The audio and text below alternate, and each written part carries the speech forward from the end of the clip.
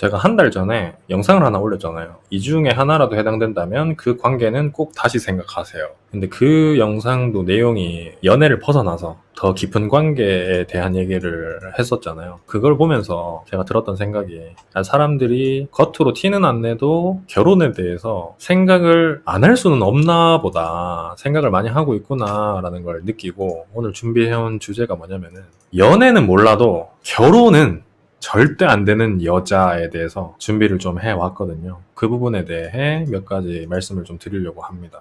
타이틀을 절대 안 되는 여자라고 하기는 했지만 간단하게 절대까지는 아니더라도 참고 정도는 해볼 필요가 있는 것도 있고요. 반대로 웬만하면 이런 여자면 더 좋겠다 싶은 것도 있어요. 그 점은 참고를 하셔서 들어보시면 될 것 같습니다. 가장 첫 번째로 가볍게 운전을 못하는 여자입니다. 그나마 면허라도 있으면 다행인데 면허조차 없으면은 조금 위험할 수도 있다 정도까지 말씀을 드려요. 요즘 면허 없는 사람이 어딨어 생각하시는 분들이 계실 수도 있는데, 여자 중에서는 꽤나 많이 봤어요. 면허가 있는데 안 하는 거하고 없어서 못 하는 건 달라요. 내가 시간이 많을 때는 보통 20대 초반 들어서자마자 아니면 고등학교 졸업하자마자 면허를 따는 케이스가 보편적이잖아. 근데 그때 예를 들어서 못 따, 나중에 따지 뭐 이러다가 시간이 흐르고 나서 필요성을 못 느끼다가 직장 생활까지 해.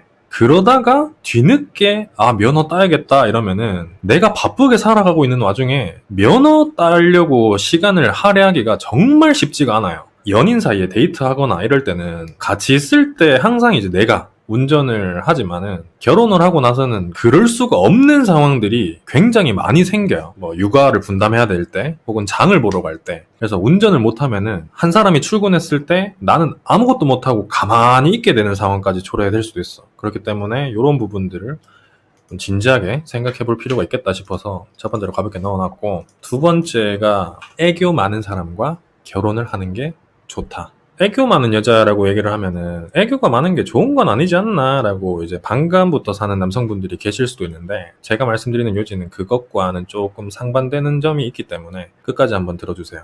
제가 말씀드리는 애교는 근본적으로 내 앞에서 애초에 애교가 없는 모습을 보이는 게 더 힘든 그런 여자를 얘기하는 거예요. 그러니까 어쩔 때는 애교가 있었다가 어쩔 때는 애교가 없었다가 이런 게 아니라 내 앞에서만큼은 애교가 없는 모습을 보이는 게 더 낯설다 싶을 정도로 느껴지는 그런 여자를 얘기하는 거예요. 제가 이 말씀을 왜 드리냐면은, 인간이 살아가면서 가장 많이 하는 것 중에 하나가 뭐예요? 대화잖아. 거기서부터 관계는 싹이 트고 반대로 싹이 지기도 한다는 거죠. 대화를 할 때 야, 니, 명령 이런 느낌 있죠. 아무렇지 않게 서스럼 없이 내뱉는 사람들은 두말 할 것도 없이 거기서부터 끊어내셔야 됩니다. 지금 연애할 때 야, 니가 편하면은 그거는 결혼하고 나서 둘 사이에 주고받는 대화가 절대 원만해지기 힘들다. 제가 와이프랑 연애를 3년 반, 4년 가까이 하고 결혼을 지금 했는데, 거의 5년 동안 지내오면서 제 와이프는 단 한 번도라고 얘기하면 안 믿는 분들도 계시겠지만 실제 그렇습니다. 단 한 번도 자기의 개인적인 일 때문에 저한테 무뚝뚝해지거나 말을 툭툭 내뱉었던 적이 없었어요. 단 한 번도. 가끔씩 저한테 무뚝뚝하게 툭툭 말을 내뱉을 때가 있단 말이죠. 방금까지 한 번도 없다 그래놓고 툭툭 내뱉었던 적이 있었다고 하면은 앞뒤 말이 안 맞잖아. 그러니까 이게 뭔 말이냐면은, 와이프가 그렇게 나를 대할 때에는 그 이유가 100% 나한테 있다는 거예요. 단 한 번도 개인적인 일로 나한테 그렇게 행동한 적이 없는데 그런 와이프가 나한테 툭툭 내뱉는다는 거는 100% 나 때문이라는 거야. 내가 예를 들어 잠에서 덜 깨서 피곤한 상태거나 아니면 예민해져 있는 상태에서 나도 모르게 왜? 이런 식으로 얘기하면은 그때 와이프는 나를 따라하는 거야. 이게 싸움을 부추기자고 하는 느낌이 아니라 내가 실제로 그걸 못 느껴서 그렇게 하는 거야. 그래서 저는 그걸 깨닫고 나서부터는 와이프 표정이 조금이라도 안 좋으면은 100% 내가 뭘 잘못 내뱉었구나 싶어가지고 내가 뭐 잘못했구나 미안해 라고 사과를 한단 말이야. 근데 이것도 깨닫게 되는데 되게 오래 걸렸어. 그만큼 관계에서 제일 중요한 거는 사소한 문제들로부터 시작하기 때문에 이 부분에 대해서 말씀을 드렸고, 세 번째, 경제관념입니다. 그 여자가 처한 상황, 살아온 배경에 따라서 조금씩 다르긴 하겠지만 결혼을 하기 전까지 모아뒀던 금액이 곧 결혼 이후에 그 사람의 생활력이라고 생각을 하거든요. 이게 왜 중요하냐면은 일반적인 사람들이 얘기하는 논지와는 조금 다른 방식으로 접근을 하려고 하는데, 가게에 경제적으로 흔들리는 상황이 찾아왔을 때 바로 적응을 할 수 있는 사람을 만나라는 거예요. 익숙해지면 반대의 상황을 직면하게 됐을 때 적응을 하지 못하고 불화로 찾아오는 반면에, 그거랑 별개로 상대를 탓하기보다는 자연스럽게 헤쳐나갈 돌파구를 찾아요. 내가 힘든 생활고를 갑작스럽게 직면하게 되더라도 자연스럽게 거기에 적응하고 돌파구를 찾을 수 있는 그런 사람을 만나야 된다는 거예요. 왜냐하면 사람 일은 어떻게 될지를 알 수가 없기 때문에 그 부분에 대해서 말씀을 드렸고, 그리고 네 번째가 내 눈에만 이뻐 보이는 여자랑 결혼해라, 이겁니다. 내 눈에만 이뻐 보이는 여자랑 결혼하셔야 됩니다. 내 눈에도 이쁜데 남들 눈에도 이쁜 여자랑 결혼하시면 결혼 생활이 정말 힘들어질 겁니다. 경험해보지 못한 사람들은 무슨 말인지조차 이해를 못하실 거라서 얘기하는 게 무의미할 정도로 결혼을 해봐야 아는 사실이기 때문에 그냥 이 사실 한 문장만 말씀드리겠습니다. 선택은 여러분들이 알아서 하시길 바랍니다. 다섯 번째, 이게 제가 말씀드리고 싶었던 가장 중요한 건데, 나를 사랑하지 않는 여자랑은 절대 결혼하시면 안 됩니다. 이렇게 얘기하면은 이게 뭔 소리야, 사랑하지 않는 사람이랑 결혼을 하지 말라는 게 무슨 말 같지도 않은 소리야. 그건 당연한 거지. 사랑하는 사람이랑 결혼해야지 어떻게 나를 안 사랑하는 사람이랑 결혼을 해, 싶겠죠. 결혼을 생각하고 있다는 사람들은 대부분 결혼 정년기에 놓여 있는 사람이에요. 완전 20대 초반에 한창 내 마음이 크면 그대로 실행으로 옮겨도 될 나이대에 연애를 하는 거랑 느낌이 180도 다릅니다. 그러면은 상대방도 결혼 정년기에 다다라서 나를 만났다는 게 돼버리는 거고, 그때 만나게 된 사람들은 연애할 때처럼 감정이 더 우선시돼서 만날 수 없을 가능성이 높기 때문에 현실적으로 하나 둘씩 타협을 하게 돼, 상대방 또한. 근데 그때 타협을 하게 되는 대상이 사랑이면 그 결혼은 하지 말라는 거예요. 그러면 남자 입장에서 그 상대방, 그 여자의 마음을 어떻게 알 수 있냐라고 되물을 수 있잖아요.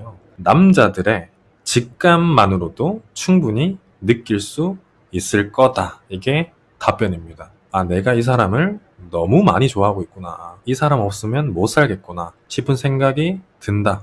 100% 결혼하면 피보입니다. 제가 이거랑 비슷한 주제를 좀 깊게 말씀드렸던 거는 너무 사랑하는 사람과는 절대 행복할 수 없습니다. 그 영상을 참고하시면 좋을 것 같고요. 마지막으로 이 주제에 조금만 더 살을 붙여서 설명을 드리면은, 제가 요즘에 이태원 클라스라는 드라마를 뒤늦게 보고 있는데, 워낙 유명했던 드라마니까 많이들 보셨을 텐데, 거기 보시면은 박서준 씨 주인공이고 권나라 씨 극중 오수아 씨로 나옵니다. 그리고 김다미 씨가 극중 조이서 씨로 나와요. 여기서 조이서는 박세로이를 좋아해요.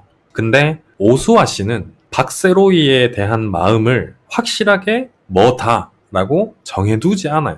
한 가지 예로, 오수아랑 조이서 둘이 만나가지고 조이서가 오수아한테 쐐기를 박습니다. 제가 사장님 좋아해요. 그 얘기를 들은 오수아는 조이서에게 뭐라고 하냐면, 세로이는 나를 좋아해, 나도 세로이를 좋아해, 그러니까 네가 포기해가 돼야 되는데, 그게 아니라 네가 걔를 좋아해봤자 어차피 걔는 나를 좋아해 라고 얘기를 하는 거죠. 그러고 세로이 앞에 가서는 너 나 좋아하지 마 라고 얘기를 합니다.